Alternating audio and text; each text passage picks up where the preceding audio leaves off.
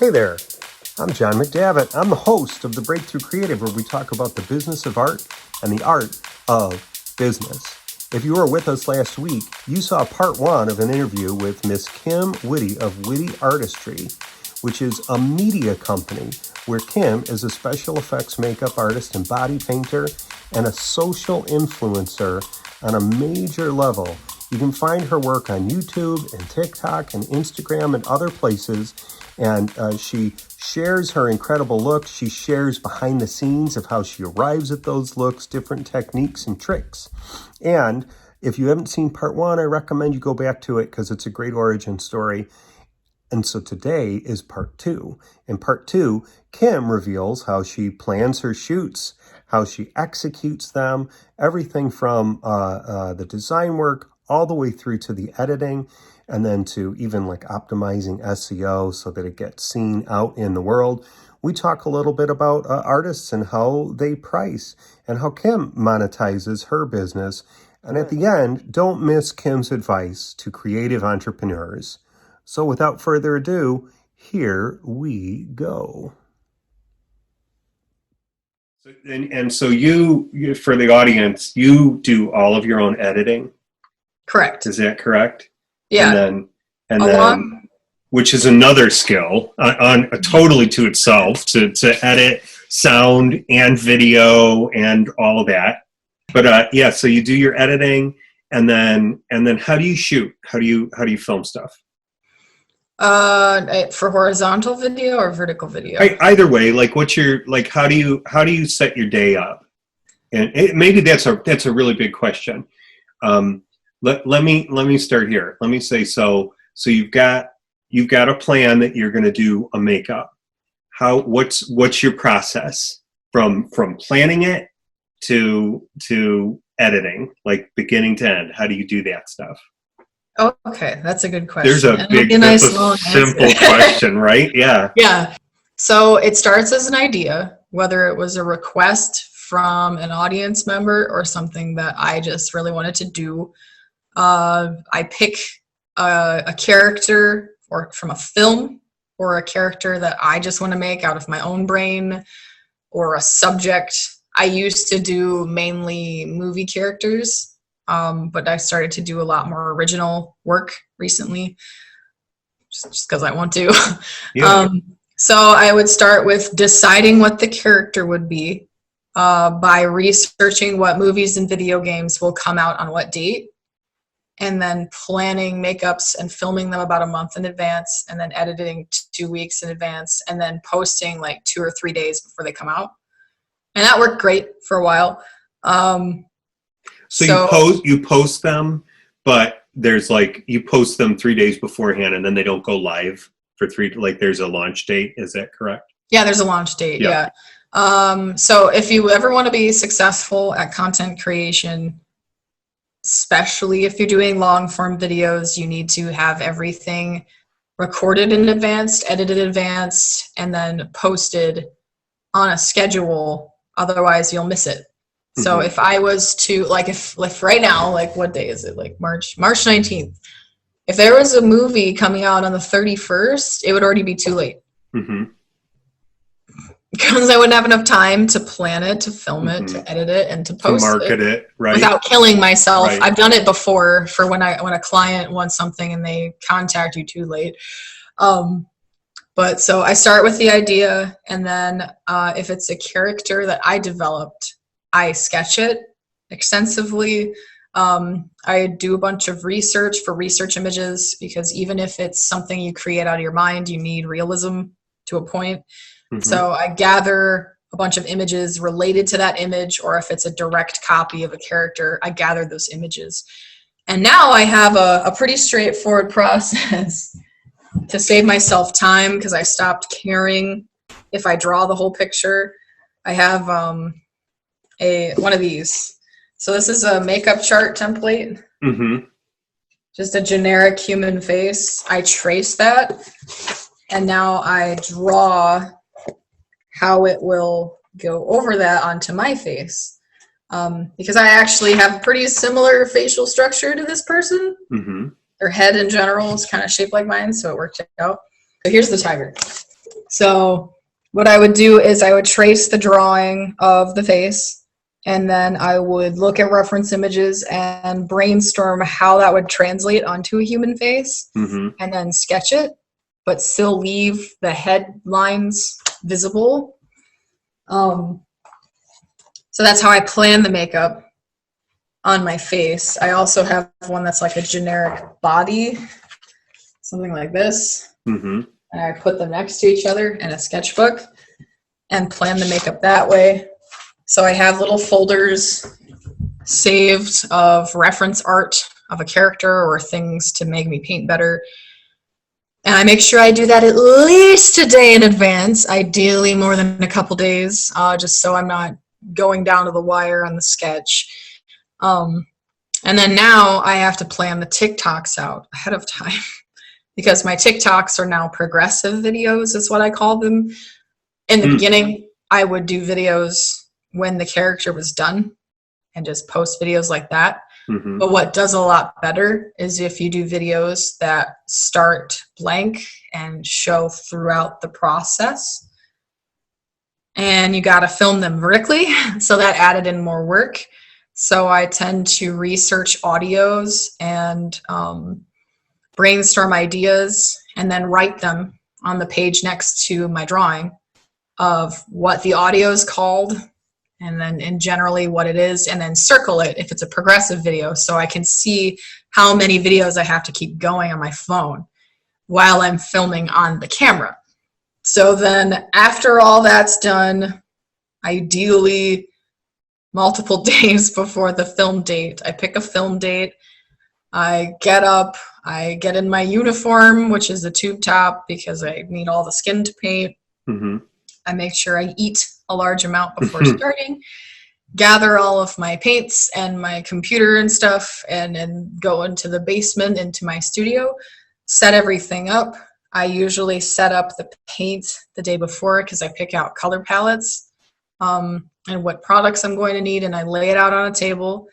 And then I have a tripod in front of the table that has a camera on it that never moves. Got its batteries charging.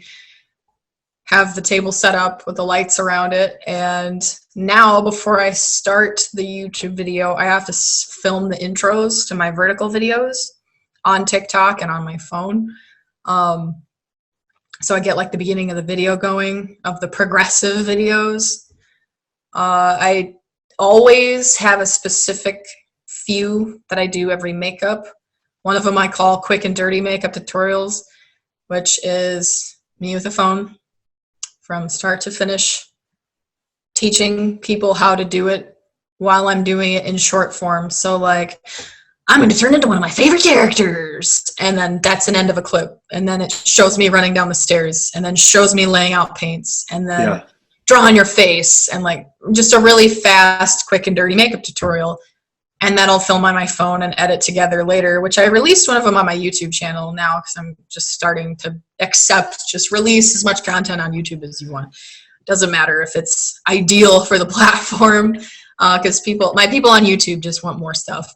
And then I also do a transforming or bringing drawings to life series on TikTok, which is, and then it zooms out of the drawing and it like the character pops out of it and the character's me in the makeup of the drawing. That's awesome.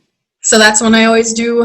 I also do slap tutorials, which is the beginning. I start out, I do something and then I touch the screen. And then when I come back off the screen, the makeup has progressed.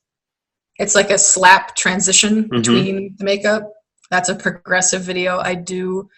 And then all the other ones, which are the ones that take forever, are specific to current trends. Like the first one I ever did was the Snow Miser, Heat Miser trend on TikTok as the tiger, and that went very well. Yeah, it was brilliant. Thank you. So that takes a while, but I plan those ahead of time and I have to film all of their beginnings before I even start painting. Yeah, your pre-production has got to be, I mean, it's a good thing you're so organized because you've got to be checking stuff off of your list as you go. Got to have a list, otherwise it just doesn't work very well. So now that I'm to this point, I can now start filming the actual makeup tutorial. So I'll hit start on the camera, I'll do like my wavy hello thing, and then I'll start the process. But every time I change the process, like to a new step of the process, I have to film more parts of those progressive vertical videos and then stop them and then go back to continuing the process and filming it as I go.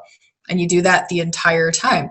So a makeup that originally, when I wasn't making all the vertical content, would take 4 hours, now takes 8 hours for the actual process.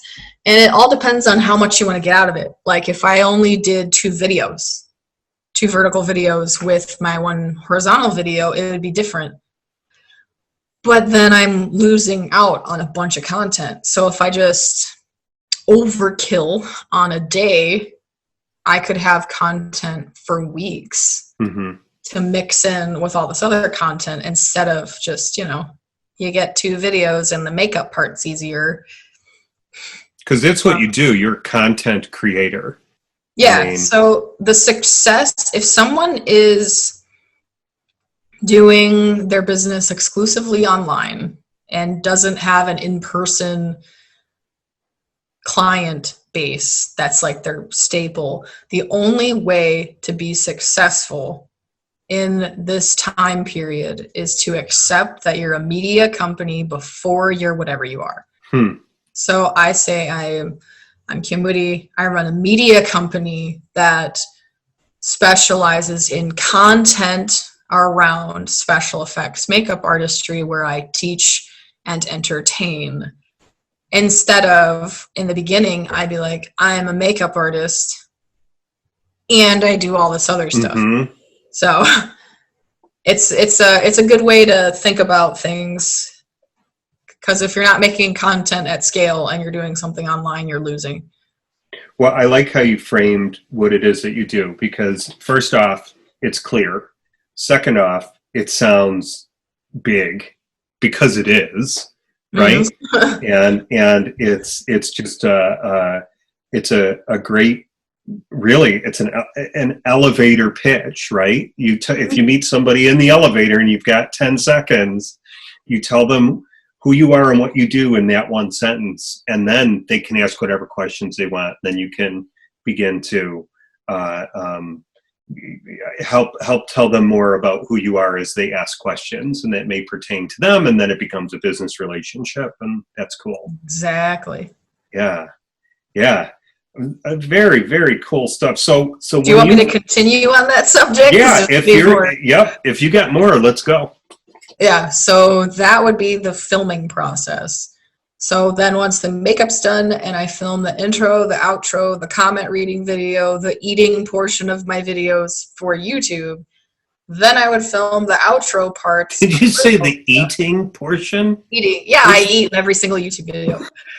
I eat in character, and it's been like my thing forever.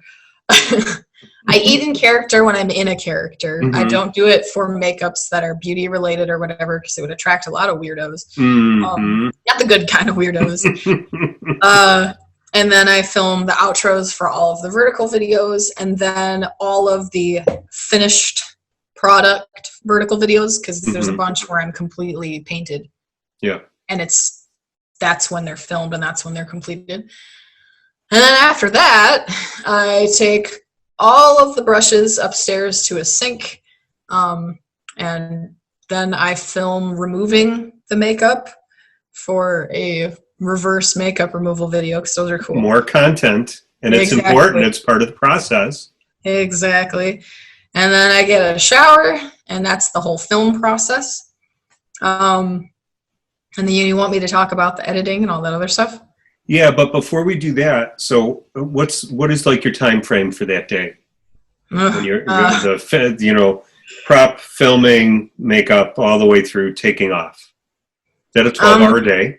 Yeah, it's if I'm lucky. I typically would wake up at 9:30. I don't do well if I get up before that time, just in general. And then I will take all my makeup down, everything set up, and then eat a large brunch fist and probably start actually attempting to film at 11. So then at 11, I sit down and I start filming the intros for all of the vertical videos. Mm-hmm. That can take anywhere from 30 minutes to an hour and a half, depending on how tricky what I'm doing is, because I'm still learning with the vertical video things. They're very transition oriented. And I don't know any of the lyrics to the songs that are popular because I'm not really into hip hop, and that's what's popular right now. So I'm also kind of learning songs on the fly. Yeah. Get that going. And then once that's done, the makeups themselves take anywhere from 4 to 15 hours. I try to keep them to 6 because I just can't handle editing on my own on the really long ones. But now, with all of the extra steps added for the vertical videos, I try to keep them to 4. So I'm doing a lot of content that's just on my face right now, or on my hand. They're way easier to complete, and they're way easier to edit, and then I don't have to stay up till 6 in the morning. But on a good day, when things go well, I typically will end finishing painting at about 11 p.m. or 10 p.m. I will stop and eat dinner in the middle. I always save my nose and my mouth for last so I can eat and drink and stuff. And then I'll film all the outros, videos and stuff. So that'll probably end at like 1 or 2 in the morning. And then I take everything upstairs and then remove the makeup, which could take, it's only like 10 minutes on camera to get the basic stuff off my face. And then the shower takes twice as long as normal. So like 20 to 30 minutes, depending on how much crap's on my face. And then go to bed. So sometimes it's like 3 a.m. or 4 a.m. or 5 or 6 a.m., depending on the thing that I created and how efficiently I planned. If I planned ahead and I had everything organized, it goes a lot smoother. But if something went terribly wrong in the middle of filming, like I had to change the direction of the makeup, or a particular audio was really difficult to film with, it can extend it to an unknown amount. And that's also where the whole 90 and go comes in. I have to restrict what I do sometimes because I simply cannot continue going knowing that if I continue to do this, I might finish the painting, but now all of the content that comes at the end of the painting is going to be boring, or I'm going to be exhausted. Right. And people can tell, like you can tell because your energy level drops substantially when you're like, oh my God, I just want to shower and go to bed. Mm-hmm. Yeah. Yeah, that's hard, isn't it? I know I've had projects different, right? Different, but similar in that where the deadlines always do this, right? The deadlines always, it's getting closer and closer, and you're designing stuff and you're trying to get stuff done. And then I've had clients who are concerned about something that it's important to them, so it's important, right? Yeah. So you can't be disrespectful, but I've had somebody say, this shade of pink, I don't know, I think it should be this shade of pink. And I've often asked the question then, because this is happening and I'm going to be up all night for a day or two if we're going back and forth. And the question is, hey, is this shade of pink going to sell any more than this shade of pink?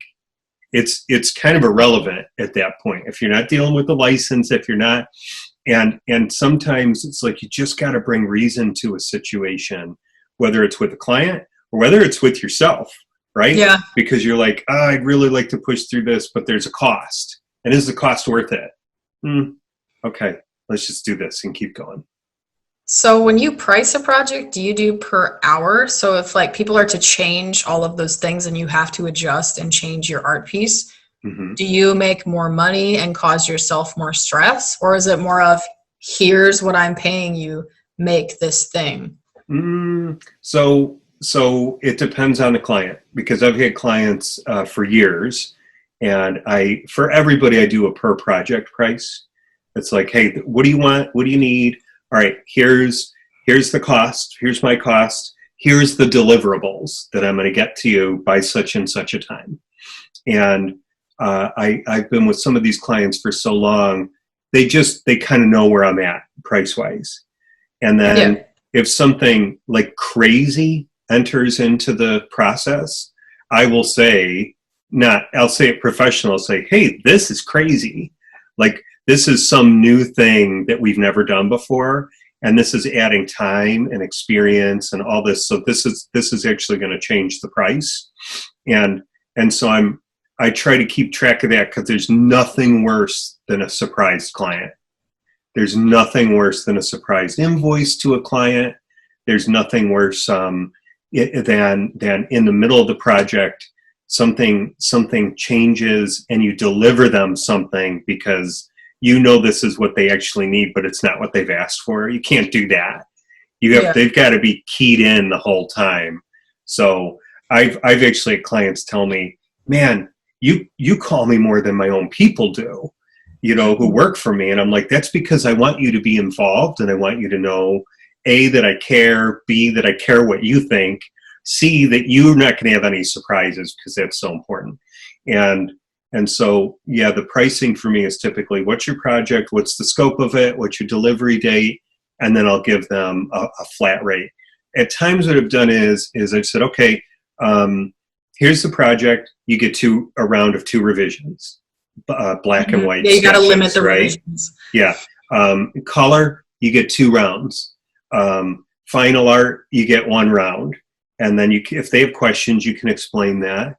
And then that's the price. And then I'll add at the bottom, there will be extra charges then if we go beyond and above this. And I'll give them an idea of what that is. And I've usually dealt with really reasonable people. Mm-hmm. There's, people just want their problems to go away, and they want a good job done, and they want to work with somebody that they can rely on and know that you're going to deliver when it is you deliver. And I like when clients or partners or whoever believes that if they just let you do your thing, mm-hmm. it'll turn out better than if they micromanaged what you're doing. Mm-hmm. Because obviously, to a point, you're making a thing for them. Right. But if you change every aspect of it to be their desire against your own instinct and understanding of art, you can accidentally create something not very good. Oh, people accidentally create bad stuff all the time. Mm-hmm. My rule of thumb is I'll do whatever the client wants me to do, because they've hired me to do it.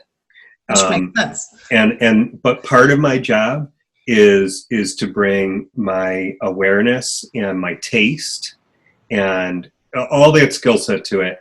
And I'll be in a meeting and a client will tell me what they want. And I realize in the middle of it that what they're asking for is not what they need. And so depending who it is, I've had real close relationships with clients, and I've had people where you just have to be you're always professional, but it's a little more proper, right? Because you don't know them.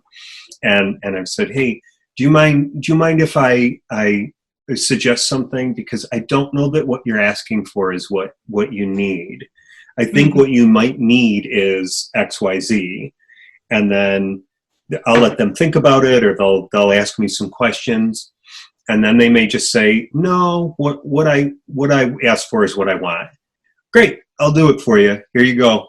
And there have been many times though where the client will say, you're right. Wow, thank you so much. And so I've provided value for them that they didn't even know they were going to get. And that's a good bonus. They're paying for expertise. Right. It's the same thing with like house design and hiring someone to develop a room or build your house. As a person who's going to live in it, you know what you'd like, but that might not be possible or practical with all of the stuff that you don't understand, like the plumbing and the electrical and right. the ventilation and all this other stuff. So it's like that support you knocked out from the center. Right? I was like, no. Tell the architect or designer this is what's important to you, and then you go over things and they tell you what's possible or what's going to look good, so you don't end up with some weird clunky funky house that's a nightmare to live in that doesn't work right just because you wanted it your way. Right. And you don't always get those clients, because people want what they want, and some people have, everybody's a control freak, right? To some issue, to some degree. And some people are just really, really, really bad control freaks. And you've got to decide whether the money is worth the pain. Mm-hmm. For sure. I mean, it's different on a project that they're paying you for customization. That's why they're paying you. Yeah. If they could just go buy a painting on the wall at Home Depot or at some weird art store, then they could do that. But they're hiring you to create a specific thing. So, of course, they're going to be controlling in some aspect or another. Yeah, it just makes sense. So how do you monetize what you do? Yeah, so it's a bit eclectic, as you need to be to survive in the world, I think, nowadays, but especially if you do stuff primarily online.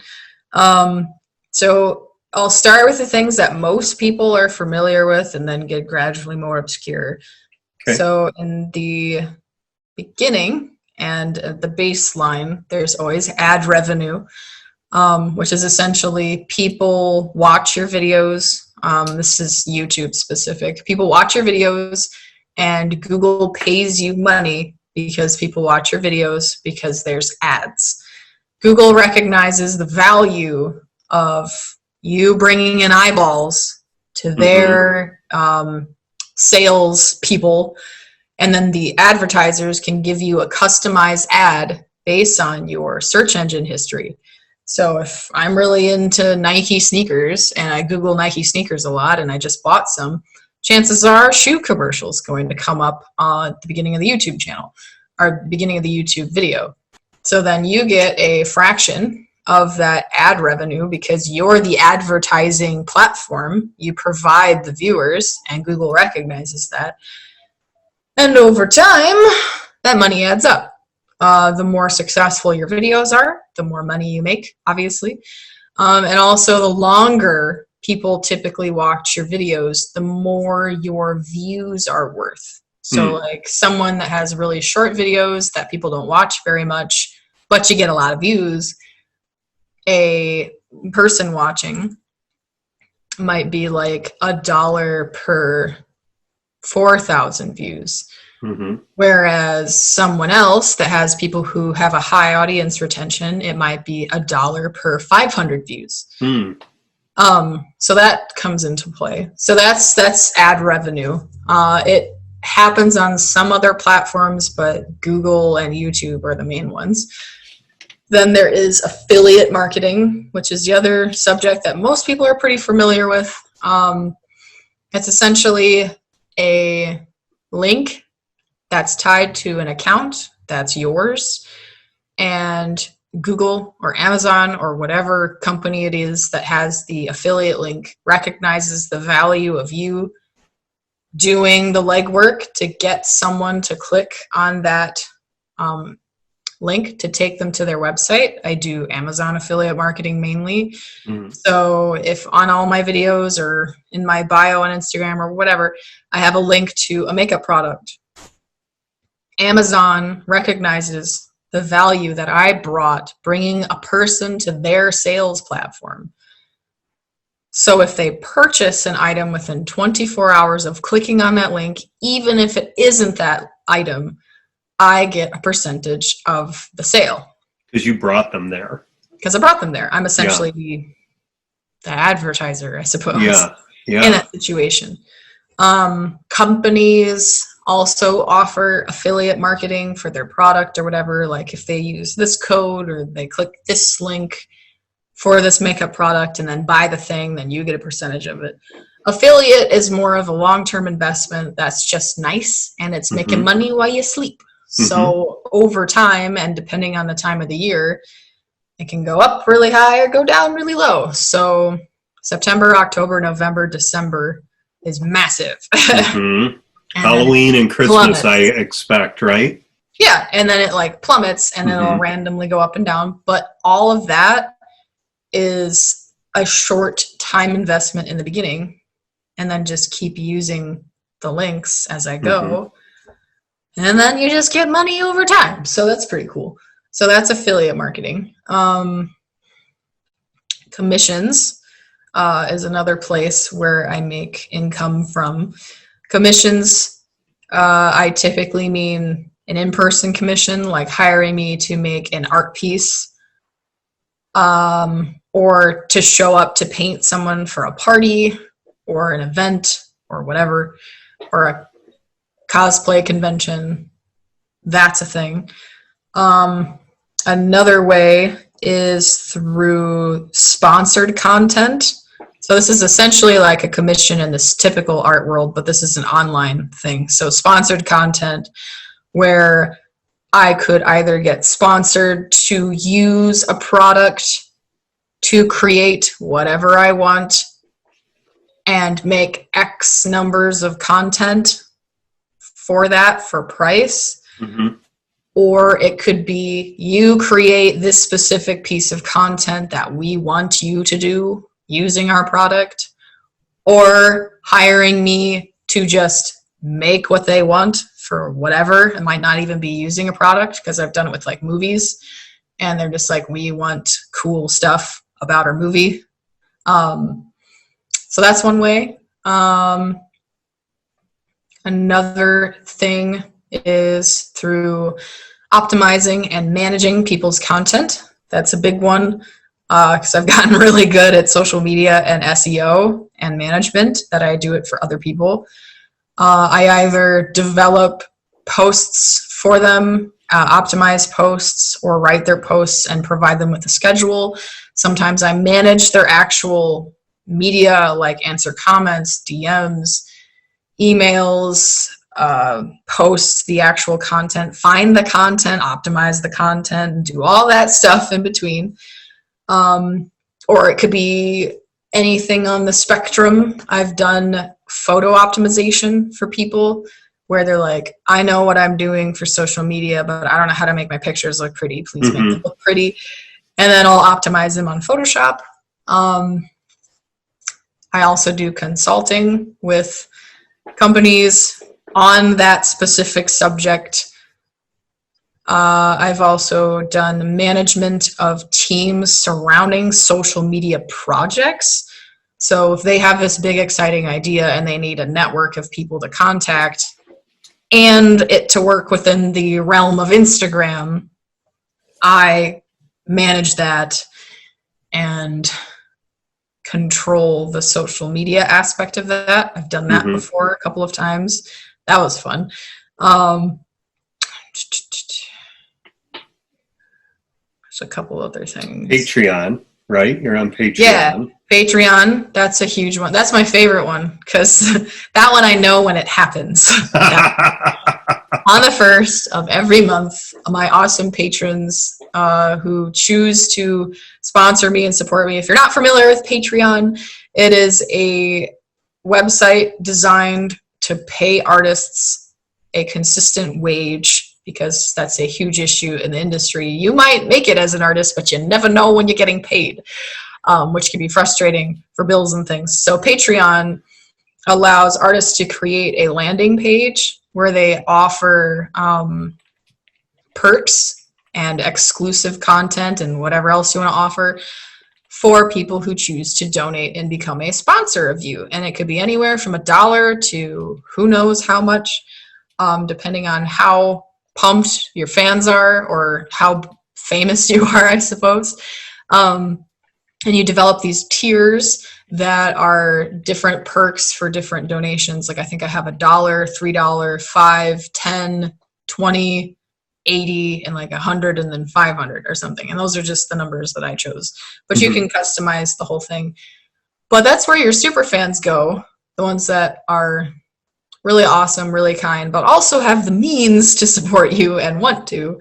So Patreon's nice. That's where I make consistent income. So that's awesome.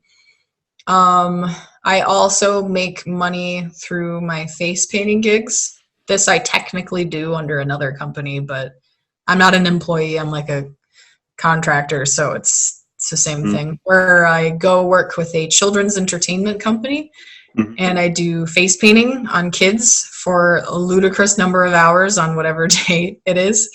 And it's so much fun. And sometimes I do balloon animals, and sometimes I have to dress up and like pretend and act and do all this stuff too. And that's a lot of fun. That's one of my favorite things. I also do public speaking and conferences.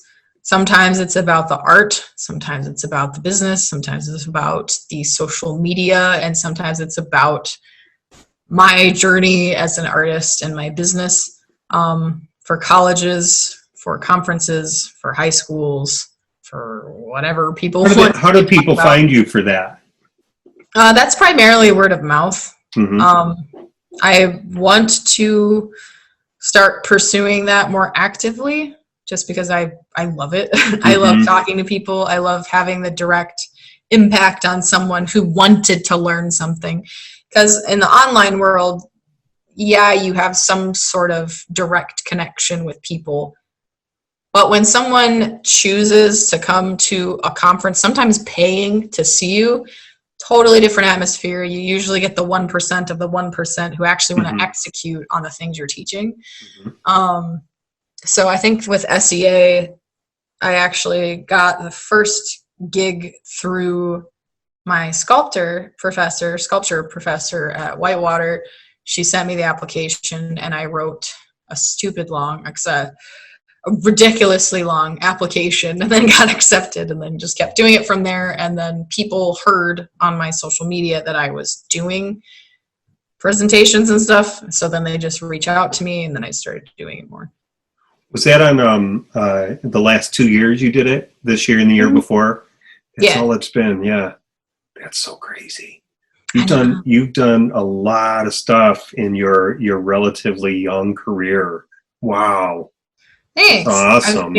Thank you. I've made products. I sold monster minions, makeup minion plushies that I made with needle felting. I did t-shirts. I still technically do t-shirts. They're just sitting there getting slow sales over time, for the company specifically, but also I developed graphic art for them and did that through Amazon merch. I also have pop sockets like this one for. Oh, very cool. Yeah. And little things like that I just decided to try that weren't that successful, but they were cool and I learned a lot from it. And then I just slowly make passive revenue from them. Yeah. Over time. Passive revenue is good. Yeah. Very cool. Kim, you are awesome. Thank you so much for sharing all this awesome information and insight to who you are and what it is that you do. And I'm wondering what are maybe is either the best piece of advice or the best few pieces of advice that you would give to any up and coming creatives who want to do what it is you do, or who just want to be creative. They want to be professional artists. Okay. Thank you. By the way, this is a lot of fun. I'm glad I could do this. Me too. So my biggest piece of advice, I have a couple of them, but if you're going to be doing anything in this modern day and age, you need to do content production at scale. Stop thinking about it. Stop nitpicking it. Stop being self-conscious about it. Just document what you're doing. Doesn't have to be the finished product. Document what you're doing. Post it. Don't think about it. Just post it. Content production at scale. I am taking your advice and writing all of this down. Good. It's important. And then the other thing is to drown out the noise, whether it's on the outside or in your head. Whoever is negative, cut them out. If you're in a negative environment that you can't escape, listen to positive things with your headphones on. If you have negative thought processes, you need to drown out that noise and find a way to distract yourself. I distract myself through memes, whatever it is that stops a negative thought process. You need to recognize when you're thinking negatively and interrupt it. And the more you do that, the less negative thought you actually have over time. And then the other thing is to keep perspective. You need to keep perspective. Your life might suck right now in the context of your life previously. But if you're listening to this right now, you are already more privileged than 4 billion people in the world. You have a roof, you have internet, you have a computer or a cell phone or whatever. And if you have a smartphone, you have infinite opportunity because the internet takes out the middleman. There is no longer people controlling distribution. So if you do content production at scale and you are a good person and you have a talent in whatever category it is that you're making art in, you can make it. All you have to do is keep going. And then the last little piece of advice, which is my favorite, which is power through. Power through it. I've been saying it to myself forever. If you're in a rut or you're really tired or you don't think that you can do it, power through it because you can. You have to dig deep. You got to power through. You got to keep pushing. And whether that is negativity, a move, illness, the death of someone close to you, losing a business partner, being in a creative funk, or whatever ridiculous obstacle you're going through, you just have to keep going because that's the only way to move forward. Awesome advice. Kim, thank you so much for being here. Yeah, of course. Thank you for having me. I'm excited. This is my first podcast. Oh, well, I'm so glad you're here. I'm glad I get to be your first podcast. I'm honored. And we'll check back in with you. Is that cool? Yeah, of course. I would love to be back on the show again. So, Kim, people are interested in following you. Where can they find you? Yeah, so they can find me on almost every platform that's really popular at WitteArtistry, WITTE, the word artistry. On YouTube, Instagram, and TikTok is where I post the most, but I'm also on Firework and Facebook. And then they can go and support your art, right? At Patreon. Patreon.com, and I'm the same handle there, WitteArtistry. WitteArtistry. Awesome. Kim, you rock. Thank you so much for being with me today. Of course, you rock too. Thanks for having me on. We'll have you again, okay? Yeah, I'm excited. All right. Cool beans. See ya. Bye. Bye. So that was some pretty amazing behind the scenes information. If I've learned anything from Kim, it's that you can figure out just about anything. Hard work goes an awful long way toward getting whatever it is that you want to get done and to get wherever it is that you want to go. She's still on her journey. She's still climbing that mountain. But I, for one, believe that she's going to get to wherever she wants to go because she has the desire and the drive, the passion, the creativity, and the willingness to work very hard, to work smart and in an efficient manner, and just to figure it out as she goes. Wouldn't you agree? So I think as a creative entrepreneur, we need to take from this that you got to work hard, you've got a plan, you've got to have a plan for monetizing your business so that you can actually make money from what it is that you do. And, you know, I think Kim also really enjoys what it is that she does. I'm not saying that every day is perfect. We live in the real world, right?